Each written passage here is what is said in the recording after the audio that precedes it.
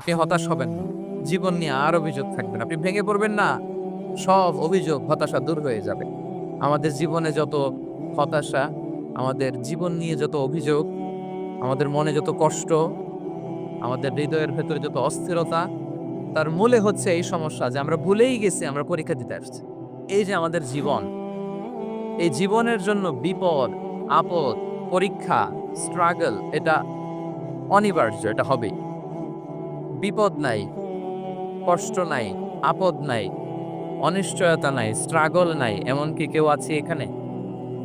কেউ কি হাত তুলে বলতে পারবেন যে হুজুর আমার জীবনে কোনো বিপদ নাই, অথবা আমার জীবনে কোনো দুঃখ নাই, কষ্ট নাই, কোনো স্ট্রাগল নাই, কোনো রিস্ক নাই? এরকম সৌভাগ্যবান কেউ আছেন এখানে? তাহলে জীবনের জন্য পরীক্ষা এটা অনস্বীকার্য, হবেই হবে পরীক্ষা। পৃথিবীর জীবনটাই এমন, এভাবেই এই লাইফকে ডিজাইন করা হয়েছে। পরীক্ষা থাকবে, এখানে বিপদ থাকবে, এগুলো উত্তীর্ণ হয়ে আপনাকে যেতে হবে। চিরসুখ চির শান্তি এটাই পৃথিবীতে হয় না। চিরসুখ এবং চিরশান্তির জায়গা হচ্ছে জান্নাত। চিরসুখ এবং চিরশান্তি কোথায়? এটা জান্নাতের বৈশিষ্ট্য। চিরসুখ চিরশান্তি, টেনশন নাই, ঝামেলা নাই, পরীক্ষা নাই, বিপদ নাই, রিস্ক নাই, স্ট্রাগল নাই। এটা হচ্ছে দ্য ফিচার্স অফ জান্নাত, জান্নাতের ফিচার। কিন্তু সমস্যা বাদে তখন যখন জান্নাতের ফিচার আমরা দুনিয়ায় খুঁজি। যেটা পাবো আমরা জান্নাতে, এটা খুঁজি কোথায়? এই তখনই সমস্যা বাদ। And this is the main problem. এটাই বড় সমস্যা। এই সমস্যার সমাধান কোথায়, এটা নিয়ে আজকে আমি কিছু কথা অ্যাড্রেস করবো ইনশাআল্লাহ। তো তাহলে আসুন শুনি জান্নাতের ফিচার কি। জান্নাতের কমন একটা ফিচার হচ্ছে জান্নাতে there will be no sickness in paradise. জান্নাতে কোনো অসুস্থতা থাকবে না, চিরসুস্থ। সুবহানাল্লাহ পড়েন। চিরসুস্থ, চিরসবল, কেউ অসুস্থ হবে না জান্নাতে। জান্নাত হবে অ্যান্টি এইজিং, জান্নাতে বয়স বাড়বে না কারো। চিরযৌবনা, চিরযুবক, অ্যান্টি এজিং। আপনারা জানেন যে বর্তমান পৃথিবীতে অ্যান্টি এজিং ক্রিম পাওয়া যায় না? ক্রিম, কথা বুঝতেছেন? অ্যান্টি এজিং ক্রিম পাওয়া যায়। তারা বলে এই ক্রিম মাখলে চামড়ায় ভাঁজ পড়ে না। এটার দাম দাম আছে কিন্তু অনেক। অ্যান্টি এজিং ক্রিম লাগায়, শ্যাম্পু ইউজ করে, অ্যান্টি এজিং অয়েল আছে, এটা দিলে নাকি চামড়ায় ভাঁজ পড়ে। ইভেন ভারতের অনেক বড় একজন ব্যবসায়ী মুকেশ আম্বানি, নাম শুনছেন? যে তার ছেলের বিয়ে হয়ে গেল। তো এই মুকেশ আম্বানির স্ত্রী নীতা আম্বানি, সে কিছুদিন আগে এক বটল গোল্ড ওয়াটার খেয়েছে, gold water, and it's cost $60,000।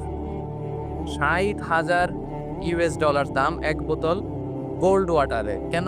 For anti ageing, যাতে বয়সের ছাপ গালে না থাকে। এখন বলেন, এভাবে কি আমাদের বয়সকে ধরে রাখা সম্ভব এই পৃথিবীতে? সম্ভব না, কারণ এই ফিচারটা দুনিয়ার ফিচার না, এটা জান্নাতের ফিচার। সুবহানাল্লাহ পড়ে। তাহলে জান্নাতে কেউ অসুস্থ হবে না। জান্নাত হবে চির যৌবন, চির যৌবনা। ওখানে আমরা যুবক থাকবো, প্রত্যেকে 33 বছরের যুবক যুবতী হয়ে জান্নাতে ঢুকবো। বিষ্ণু ইসলাম বলেন, আহলুল জান্নাতি জুরদা ওয়া মুরদা ওয়া আবনাউ সালাসিন ওয়া সালাসিন। জান্নাতে যারা যাবে শুভ্র দাড়িবিহীন, প্রত্যেকে হবে 33 বছর বয়সের। ওই যে 33 বছর বয়সে একবার ঢুকলেন আর বয়স বাড়বে না, ওইটাই চিরকাল ওই বয়স পাবে। জান্নাতের আরেকটা ফিচার হচ্ছে নো ফ্রাস্ট্রেশন, কোনো চিন্তা নাই, দুশ্চিন্তা নাই, হাইপার টেনশন নাই, সজীব প্রাণবন্ত। সুবহানাল্লাহ।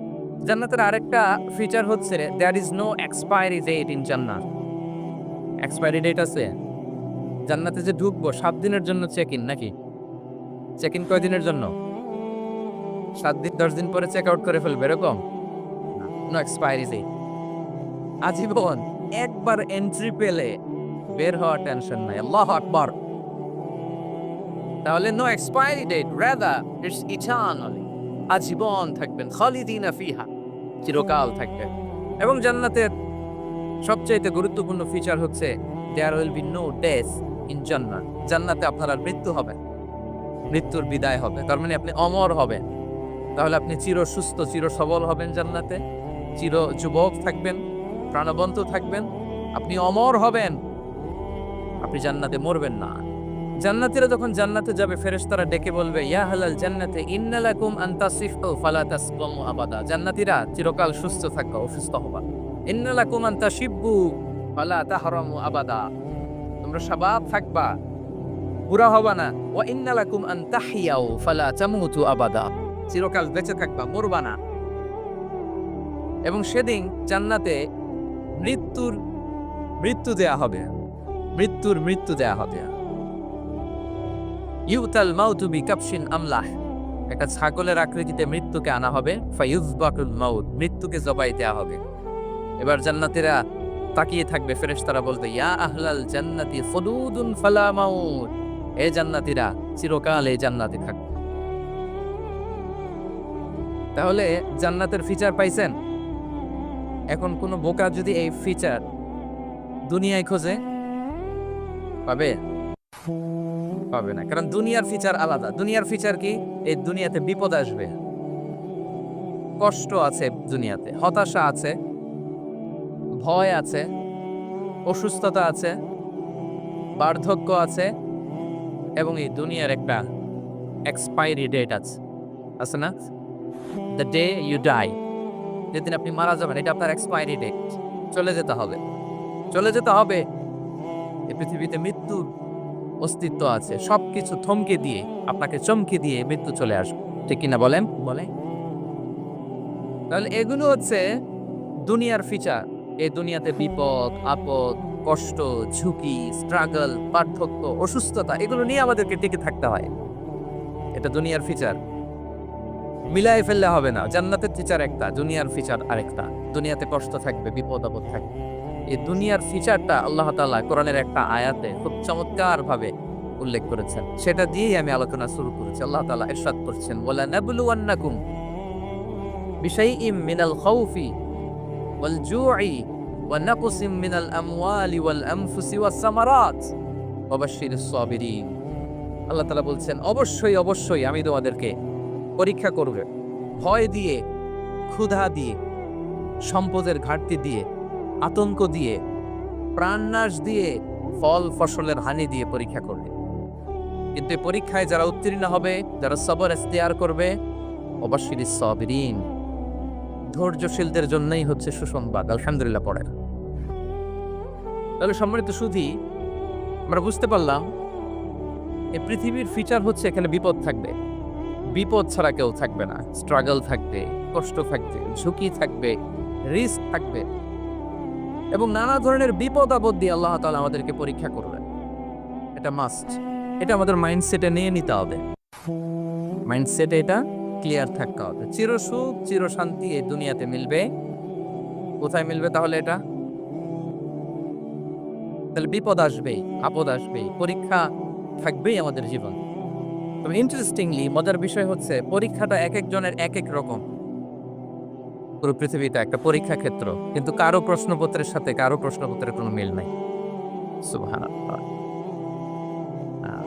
আমার পরীক্ষা একরকম, আপনার পরীক্ষা আরেক রকম, ওই ভাইয়ের পরীক্ষা আরেক রকম, ওনারটা আরেক রকম। সবাই পরীক্ষার্থী, কিন্তু কারো প্রশ্নপত্রের সাথে কারো প্রশ্নপত্রের কোনো মিল নাই। কারোর জন্য পরীক্ষা হচ্ছে সে খুব অসুস্থ, প্রচন্ড অসুস্থতা, তার জন্য পরীক্ষা। ক্যান্সারের রোগী, দুরারোগ্য ব্যাধি, ডক্টর বলছে 4th স্টেজে চলে আসছে, কয়েক মাস বাঁচতে পারে, এটা তার জন্য পরীক্ষা। আবার কারো দেখবেন যে খুব একটা অসুস্থতা নাই, অসুস্থতার ঝামেলা নাই, কিন্তু তার দারিদ্রতা আছে, তার আর্থিক অনটন, এটা তার জন্য পরীক্ষা। আবার কারো দেখবেন অসুস্থতাও নাই, দারিদ্রতাও নাই, তার দাম্পত্য জীবনের সমস্যা আছে না নাই? অনেকের দেখবেন এগুলো কোনোটাই সমস্যা না, তার ছেলে কথা শোনে না, মাদকাসক্ত, মাদকাসক্ত, রিহ্যাবে পাঠায়, আবার আসে, আবার গাঁজা খাওয়া শুরু করে, আছে না নাই বলেন? দেখেন তার পরীক্ষাটা আবার আলাদা। অনেকের দেখবেন মেয়ে বাবার কথা শোনে না। আবার অনেকের দেখবেন যে ব্যবসায় সমস্যা, লসের পর লস, লাভ উঠাতে পারে না, তাহলে পরীক্ষা ছাড়া, বিপদ আপদ ছাড়া দুনিয়াতে কেউ নাই, কেউ নাই প্রিয় ভাইরা। এটা আমাদের মাথায় রাখতে হবে। পরীক্ষা আপনাকে দিতেই হবে, পরীক্ষা দিয়ে দিয়ে নিজেকে প্রমাণ করতে হবে। আর এক একজনের পরীক্ষাটা এক এক রকম, কারো পরীক্ষার সাথে কারো পরীক্ষার কোনো মিল থাকবে না। তো মাঝে মাঝে আমরা এটা ভুলে যাই। আল্লাহ তাআলা কালামে পাকে রিমাইন্ডার দিয়ে আমাদেরকে স্মরণ করিয়ে দিতে চান যে এই পৃথিবীতে আসলে তোমরা এসেছো পরীক্ষা দিতে। এটাই জীবনের বড় বাস্তবতা। আমাদের জীবনে যত হতাশা, আমাদের জীবন নিয়ে যত অভিযোগ, আমাদের মনে যত কষ্ট, আমাদের হৃদয়ের ভেতরে যত অস্থিরতা, তার মূলে হচ্ছে এই সমস্যা যে আমরা ভুলেই গেছি আমরা পরীক্ষা দিতে আসছি। এটা যদি ভুলে না যান, এটা যদি আপনার মাইন্ডসেটে থাকে যে পুরো জীবনটা একটা পরীক্ষা, তাহলে দেখবেন কোনো কিছু আপনাকে কাবু করতে পারবে না। আপনি হতাশ হবেন, জীবন নিয়ে আর অভিযোগ থাকবেন, আপনি ভেঙে পড়বেন না, সব অভিযোগ হতাশা দূর হয়ে যাবে। তো আমরা বুঝতে পারলাম পরীক্ষা আপনাকে দিতেই হবে। পরীক্ষা দেয়া ছাড়া এই পৃথিবী থেকে চলে যাওয়ার কোনো চান্স বা সুযোগ আমাদের কারো নেই। সূরাতুল আনকাবুতে আল্লাহ তাআলা এই কথাটা আরো চমৎকার ভাবে বলেছেন। আল্লাহ তাআলা ইরশাদ করছেন, আহাসিবান নাসু আইয়াতরাকু আইয়াকুলু আমান্না ওয়া হুম লা ইফতানুন ওয়ালাকাদ ফাতান্নাল্লাযীনা মিন ক্বাবলিহিম ফালা ইয়া'লামান্নাল্লাহু আল্লাযীনা সাদাকু ওয়া লা ইয়া'লামান্নাল কাযিবিন। আল্লাহ বলেন, মানুষ কি ভেবেছে সে শুধু বলবে আমি ঈমানদার আর তাকে আমি জান্নাতে ঢুকায় দিব? না, কখনো না, কোশ্চিনকালেও না। বরং পূর্ববর্তীকালে যারা পৃথিবীতে এসেছিল তাদেরকে আমি পরীক্ষায় নিয়েছি, পরীক্ষা করেছি, এবং তাকেও ঈমানের প্রশ্নে সে সত্যবাদী মানে মিথ্যাবাদী পরীক্ষা দিয়ে দিয়ে নিজেকে প্রমাণ করতে হবে। ঠিক কিনা বলেন? পরীক্ষা দিয়ে আপনাকে প্রমাণ করতে হবে। এবং এই পরীক্ষার ব্যাপারটা এটা যে শুধু আমরা সাধারণ মানুষ আমাদের জীবনে দুঃখ বিপদ পরীক্ষা এমন না। এই পৃথিবীর সবচেয়ে শ্রেষ্ঠ মানুষ যারা ছিলেন তাদেরকে আল্লাহ পরীক্ষা নিয়েছেন। বলেন তো পৃথিবীতে সবচাইতে শ্রেষ্ঠতম মানুষ কারা? সবচাইতে শ্রেষ্ঠ ভালো মানুষ কারা ছিল পৃথিবীতে? বলেন তো। নবীরা। আওয়াজ করে বলেন তো কারা? তো বলেন তো নবীদের জীবনে পরীক্ষা ছিল কি ছিল না? হ্যাঁ ছিল। বেশি না কম? বিষ্ণু ইসলামকে জিজ্ঞাসা করা হলো, আইয়ুন নাসি আশাদ্দু বালাআন ইয়া রাসূলুল্লাহ, হে আল্লাহর রাসূল, এই পৃথিবীতে কাদের জীবনে পরীক্ষা বেশি? বিষ্ণু ইসলাম বললেন, আল আম্বিয়া, নবীদের জীবন। আল আম্বিয়া সুম্মাল আমসাল ফাল আমসাল, সবচেয়ে জীবনে পরীক্ষার সম্মুখীন সবচেয়ে বেশি হয়েছেন নবীরা। তারপরে নবীদের পরবর্তী অবস্থান যাতে সিদ্দিকিন যারা, সোহাদা যারা, সলিহিন যারা, আল্লাহওয়ালা যারা, কাদের জীবনে পরীক্ষা বেশি? ইউবতালার রাজুলু আলা হাসাবি দীনি, ব্যক্তির দিনদারি যত বেশি তার জীবনে আল্লাহর পরীক্ষাও তত বেশি। আপনি আল্লাহওয়ালা হবেন, আপনার জীবনে পরীক্ষাও অনেক বেশি। এজন্য ইমানদার হওয়া যেমনি মর্যাদার, ইমানদারের জীবনে পরীক্ষাও হবে অনেক বেশি। এবং পরীক্ষা যত বড়, খেয়াল রাখতে হবে, মন খারাপ করার কোনো সুযোগ নেই। পরীক্ষা যার জীবনে যত বড়, সেটাতে সফল হতে পারলে ওটার প্রতিদানও বড় দেব। পরীক্ষা যত বড়, এটাতে সাকসেস হতে পারলে এটার রিওয়ার্ডও তত বড়। বিষ্ণু ইসলাম বলেন, ইযামুল জাযাই মা ইযামিল বালা, বালা যত বড় জাযাও তত বড়, প্রতিদানও তত বড়। কারণ নবীদের জীবনে যদি খেয়াল করেন দেখবেন যেই নবীর জীবনে পরীক্ষা যত বেশি সেই নবীর জীবনে সফলতাও তত বেশি। সাইয়েদানা ইব্রাহিম আলাইহিস সালামের কথাটা একটু খেয়াল করেন তো, বলেন তো ওনার জীবনে পরীক্ষা কেমন ছিল, বেশি না কম? ওনার জীবনের পরীক্ষা থেকেই তো আমরা এই শব্দটা ব্যবহার করি, আমরা বলি অগ্নি পরীক্ষা। কি বলি? মানে আগুনে নিক্ষেপ করা হয়েছে সাইয়েদানা ইব্রাহিম আলাইহিস সালামকে। তাও স্বাভাবিকভাবে না, উলঙ্গ করে, নেকেড করে ওনাকে অপমানিত করবার জন্য ওনার গায়ের জামা কাপড় খুলে উলঙ্গ অবস্থায় আল্লাহর খলিল সাইয়েদানা ইব্রাহিম আলাইহিস সালামকে অগ্নিকুণ্ডে নিক্ষেপ করা হয়েছিল। এরকম এক্সপেরিয়েন্স এই অডিটোরিয়ামের ভেতরে আমাদের কখনো হয়েছে? তাহলে সাধারণ মানুষের জীবনের পরীক্ষা আর নবীদের জীবনের পরীক্ষার মধ্যে পার্থক্য আছে না নাই? ওই পরীক্ষায় উনি পাশ করে ফেললেন। ৮৬ বছর পর্যন্ত আল্লাহর কাছে দোয়া করলেন, আল্লাহ আমাকে একটা নেককার সন্তান দাও। আল্লাহ সন্তান দেয় না। ৮৬ বছর পরে আল্লাহ তাআলা সাইয়েদানা ইব্রাহিম আলাইহিস সালাম এবং হাজারের ঘরকে উজালা করে সন্তান দিলেন। সাইয়েদনা ইসমাঈল আলাইহিস সালাম পৃথিবীতে আসলেন। কত বছর বয়সে? ৮৬ বছর বয়সের এখানে কেউ আছেন? হ্যাঁ? আছি আমরা কেউ? নাই। ৮৬ বছর বয়সে প্রথম সন্তান পেয়েছে। তাদের ঘরকে উজালা করে আল্লাহর নবী সাইয়েদনা ইসমাঈল আলাইহিস সালাম আসলেন। এবার আল্লাহ বললেন, যাও স্ত্রীকে আর এই কলিজার টুকরার সন্তানকে থাকো তো প্যালেস্টাইনে। প্যালেস্টাইন থেকে ১,৫০০ কিলোমিটার দূর দ্য ব্যারেন ল্যান্ড, ওই মক্কার ধুধু মরু প্রান্তরে রেখে আস, যেখানে কেউ নাই, মানুষ নাই, গাছ নাই, পাখি নাই, পানি নাই, যাও রেখে আস। আচ্ছা বলেন তো, ৮৬ বছর পরে যে লোকটা সন্তান পেল, পজিশন উত্তর দিয়েন, ৮৬ বছর পরে যে লোকটাকে আল্লাহ তাআলা সন্তান দিল, তার হৃদয়ে ওই সন্তানের জন্য মায়া বেশি না কম? এমনি তো আমাদের প্রথম সন্তানের হিস্ট্রিটা একটু খেয়াল করেন তো। প্রথম আমাদের যে মেয়ে হয়েছিল বা যাদের ছেলে হয়েছিল, তার প্রতি আদর, সোহাগ, দরদ, ভালোবাসা, আল্লাহ কত ছিল। ৮৬ বছর বয়স আল্লাহ তাআলা ওনাকে সন্তান দিলেন, দিয়ে বললেন যাও হাজারকে আর ইসমাঈলকে মক্কার ধুধুমরু প্রান্তরে রেখে আস। আল্লাহ তাআলা বলতে দেরি, চলে যেতে দেরি নাই, মুহূর্তে উনি রওনা হয়ে গেল। সুবহানাল্লাহ বলবেন না? রেখে আসলেন মক্কার ধুধুমরু প্রান্তরে। এবার আল্লাহ বললেন, যাও রিটার্ন ব্যাক টু প্যালেস্টাইন, প্যালেস্টাইনে চলে যাও। চলে গেল, হৃদয়টা ভেঙে খান খান। অনেক বছর পরে আল্লাহ তাআলা আবার অনুমতি দিলেন, যাও এবার ছেলেকে রেখে আসতে পারো, যাও প্যালেস্টাইন থেকে আবার মক্কায় যাও। সাইয়েদনা ইব্রাহিম আলাইহিস সালাম প্যালেস্টাইন থেকে আবার ১,৫০০ কিলোমিটার পথ পাড়ি দিয়ে, এখনকার মতো ফ্লাইটে যায় না, গাড়িতেও না, উটে কিসে করে। উনি যে কতবার মক্কা থেকে ফিলিস্তিন এসেছেন আর গিয়েছেন, ইয়ত্তা নেই। গেলেন, এবার ছেলেটা হাঁটতে পারে, দৌড়াতে পারে, একটু একটু কথা বলতে পারে, আব্বা আব্বু ডাকতে পারে। কেমন মায়া লাগে বলেন তো? মায়া ভালোবাসায় যখন টইটম্বুর, ঠিক ওই মুহূর্তে আল্লাহ বললেন, ছেলেকে জবাই করো, জবাই করো ছেলে। আল্লাহ তাআলা বলতে দেরি করেছেন, আল্লাহর আদেশ পালনে ১ সেকেন্ডও তিনি দেরি করেন নাই। ছুরি চালালেন, জান্নাত থেকে দুম্বা নিয়ে আসা হয়।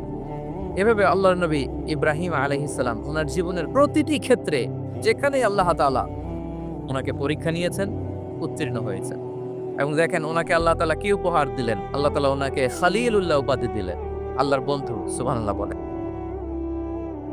আল্লাহ তাআলা বলছেন, ওয়া ইযি বিতালা ইব্রাহিম রাব্বুহু বিকালিমাতিন ফাআতাম্মাহুন ক্বালা ইন্নী জাইলুকা লিন-নাসি ইমামা। আল্লাহ অনেকগুলো পরীক্ষা নিয়েছিলেন সাইয়েদনা ইব্রাহিম আলাইহিস সালাম, প্রতিটা পরীক্ষায় সাকসেসফুলি পাস করেছেন, গোল্ডেন এ প্লাস। আল্লাহ বলেন, ইন্নী জাইলুকা লিন-নাসি ইমামা, I'm gonna make you the leader for the entire human being. I'm gonna appoint you as a leader for the entire universe. গোটা বিশ্বের জন্য, গোটা মানবতার জন্য আমি তোমাকে লিডার বানিয়ে দিলাম। ইযমুল জাযাই মা ইযমিল বালা। পরীক্ষা যত বড়, ওই পরীক্ষায় পাস করলে ওইটা ফলাফল প্রতিদানও বড়। তাহলে দেখেন প্রিয় ভাইয়েরা, সাইয়েদনা ইব্রাহিম আলাইহিস সালামের জীবনে পরীক্ষার কোনো শেষ ছিল না। আমি আপনি কোথায়? আল্লাহর খলিলের জীবনে যদি এত পরীক্ষা থাকতে পারে, আমি আপনি কোথায় বলেন তো? এবার বলেন, সাইয়েদনা মূসা আলাইহিস সালাম, ওনার জীবনে তো কোনো পরীক্ষার ছিল না। গুণে শেষ করতে পারবেন? জন্মটাই তো হয়েছে পরীক্ষার মধ্য দিয়ে। মিশরের ছেলে সন্তান হইলে ফেরাউন বলছে জবাই করো। ওনার মা এরকম সিন্ধুকে করে ভাসায় দিলেন নীল নদীতে। আল্লাহু আকবার! কি একটা রোমাঞ্চকর পরিস্থিতির মধ্য দিয়ে আল্লাহ তাআলা ওনাকে বাঁচালেন। জন্মই হয়েছে পরীক্ষার। বড় হইলেন, ফেরাউনের ভয়ে দেশ ত্যাগ করলেন, মিশর থেকে মাদিয়ান। আবার আল্লাহর আদেশে যখন ফিরে আসলেন, আবার ফেরাউনের সাথে তর্ক বিতর্ক, যুদ্ধ। একটা রাত আল্লাহ নবী মুসা আলাইহিস সালাম শান্তি মতো মিশরে ঘুমাতে পারেনি। একটা রাত শেষ পর্যন্ত এই ফেরাউন মুসা আলাইহিস সালামকে ধাওয়া করেছে। ফেরাউনের ধ্বংসের আগ পর্যন্ত সে মুসা আলাইহিস সালামকে ধাওয়া করেছে। তার মানে মুসা আলাইহিস সালাম এই বিপদ আপদ পরীক্ষা এগুলো থেকে মুক্তি পান নাই। এবার বলেন ঈসা আলাইহিস সালামের কথা। ওনার জীবনে তো পরীক্ষা ছিল না। কি পরীক্ষা ছিল? হ্যাঁ, আল্লাহু আকবার। Same scenario, goes to the biography of every messenger in the world. সব নবীর ক্ষেত্রে একই ঘটনা ঘটেছে। সাইয়েদনা ঈসা আলাইহিস সালাম দাওয়াত যখন দিলেন, ওনার বিরোধিতা শুরু হলো, ওনাকে হত্যার ষড়যন্ত্র হলো, ইভেন কি ওনাকে মারার জন্য বনি ইসরায়েলেরা উদ্ধত হলো, জানে বাঁচবার জন্য পালালেন, এক ঘরে ঢুকলেন, চারদিক দিয়ে ঘেরাও করলো, উনি দরজা জানালা লাগাই দিলেন। ওরা বললো একজন দরজা ভেঙে জানালা ভেঙে ভিতরে ঢুকে দেখো বেটা ঈসা কি করে। একজন ভিতরে ঢুকছে, ঢুকার সাথে সাথে বাল রাফাআহুল্লাহু ইলাইহি, আল্লাহ তাআলা ঈসা আলাইহিস সালামকে উপরে উঠায় নেয়। আর যেই লোক তাকে তারা ভিতরে ঢুকালো, তার চেহারাকে আল্লাহ তাআলা ঈসা আলাইহিস সালামের চেহারার মতো করে দিল। এবার তার বাইরের সাথীরা বলে, ঘটনা কি বেটা, ঈসাও বেরোয় না, আমাদের লোকটাও বেরোয় না, সবাই ঢুক। দরজা ভেঙে ভেতরে ঢুকে দেখে ঈসা দাঁড়ায় আছে। বলেন তো এটা ঈসা না মিসা? এটা কি আসল ঈসা? ওমা কতালু ওমা সলাবু ওয়ালাকিন শুব্বিহা লাহুম। আল্লাহ বলে তোমরা আমার নবী ঈসাকে হত্যাও করতে পারো নাই, শুলেও চড়াতে পারো নাই, আমি সেফটি সিকিউরিটি দিয়ে আমার নবী ঈসা আলাইহিস সালামকে আকাশে তুলে নিয়েছি। তাহলে ওনার জীবনও পরীক্ষার শেষ ছিল না।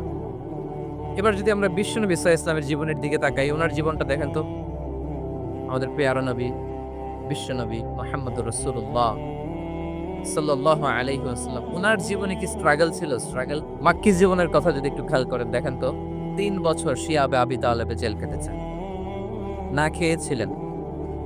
ওনার বংশের লোকেরা প্রথমে ছাগল খেয়েছে, ছাগলগুলো যখন শেষ, ছাগলের চামড়াগুলো শুকিয়ে ওইটা খাইছে। গাছের পাতা ছাল এগুলো খেয়ে খাবারের অভাবে বেহুশ হয়ে পড়ে থাকতো কারা। না খেয়ে কয়দিন ছিলেন আপনি? আমি কয়দিন ছিলাম না খেয়ে? মনেই তো পড়ে না না খেয়েছিলাম কিনা কোনোদিন। এ হচ্ছে মাক্কি জীবন। মেন্টালি প্রেসার দেয়া হয়েছে। বিশ্বনবীর চাচা আবুল আহাব তার 2 ছেলে উতবা আর উতাইবা, এদের সাথে বিয়ে দিয়েছিলেন 2 মেয়ের। যখন দাওয়াত দেওয়া শুরু করলেন, 2 মেয়েকে ডিভোর্স দিয়ে দিল। দেখেন, একটা বাবার জন্য প্রাপ্তবয়স্কা মেয়েকে যখন উঠায় নেওয়ার আগে ডিভোর্স দেয়, তার মানসিক অবস্থাটা কেমন থাকে বলেন? মেন্টালি প্রেসারাইজ করা হয়েছে, ফিজিক্যালি অ্যারেস্ট করা হয়েছে। বিষ্ণু ইসলাম যখন নামাজে দাঁড়াতেন, কোটের পচা নারী ভুড়ি বিষ্ণুনবীর কাঁধে চাপিয়ে দেওয়া হতো। আপনার জীবনে এরকম ঘটছে কখনো? আপনি নামাজ করতেছেন, কোটের পচা নারী ভুড়ি আপনার কাঁধে চাপিয়ে দেওয়া হয়েছে? কয়দিন হয়েছে এরকম? কয়দিন হয়েছে? হ্যাঁ, তারপরে তো আলহামদুলিল্লাহ বেরোয় না মুখ দিয়ে। কেমন আছেন হুজুর? কইেন না, বেশি একটা সুবিধার না, তাই না? বেশি একটা একটু মিলাবেন। কতটুকু পরীক্ষা আমরা দিয়েছি। তায়েফে গেলেন বিশ্বনবী, তায়েফে গেছিলেন জমির বায়না দিতে, তাই না? জমি কিনবে তায়েফে। তায়েফবাসীদেরকে জাহান্নামের আগুন থেকে বাঁচাতে গিয়েছিলেন, নিজের জন্য না। সেখানে তায়েফের ছেলেরা পাথর মেরেছে বিষ্ণু ইসলামের গায়ে। এত শুভ্র দেহ ছিল, চেহারা ছিল, বিষ্ণুবীর গা দিয়ে ঝরঝর করে রক্ত ঝরেছে। ফিজিক্যাল হ্যারাসমেন্টের শিকার হয়েছেন বিষ্ণু ইসলাম। যখন যেদিন বিষ্ণু ইসলামকে হত্যার ষড়যন্ত্র করা হলো, আল্লাহ তাআলার আদেশে তিনি মক্কা থেকে মদিনা হিজরত করলেন। মদিনাতে যে একটা রাত, 7ম হিজরির আগ পর্যন্ত শান্তিতে ঘুমাতে পারেন নাই। 3 দিকে 3 ইহুদি বসতি, বনু কাইনুকা, বনু নদীর, বনু কুরাইজা। খাওয়ার মধ্যে বিষ মিশিয়ে দেয়া হয়েছিল বিষ্ণু ইসলামের। বাজুর, খাসির বাজুর রান পছন্দ করতেন। এক ইহুদি মহিলা বিষ্ণু ইসলামের ওই রানের মধ্যে বিষ মিশিয়ে দিয়েছিল। ওই বিষের যন্ত্রণায় মৃত্যুর আগ পর্যন্ত বিষ্ণুনবী কাতরাতেন, এবং উনি ইন্তেকালের সময় ওই বিষের ব্যথা যন্ত্রণাতেই ইন্তেকাল করেছেন। বিষ্ণুনবীর ইন্তেকালটা শাহাদাতের ইন্তেকাল ছিল। বিষ্ণু ইসলাম বলেছেন, ওই যে খায়বার এলাকার ওই মহিলা যে আমার খাবারে বিষ মিশিয়েছিল, সেই বিষের যন্ত্রণা, বেদনা, কষ্ট আমি অনুভব করছি। খেয়ে না খেয়ে দিন প্রচারের কাজে নিজেকে দিয়েছ বিলিয়ে, তায়েফের কাফিরেরা চিনল না সে আলো, দুষ্ট ছেলেদের পিছু দিল লেলিয়ে। পাথরের আঘাতে ক্ষত বিক্ষত হয়ে সারা শরীর থেকে রক্ত ঝরে।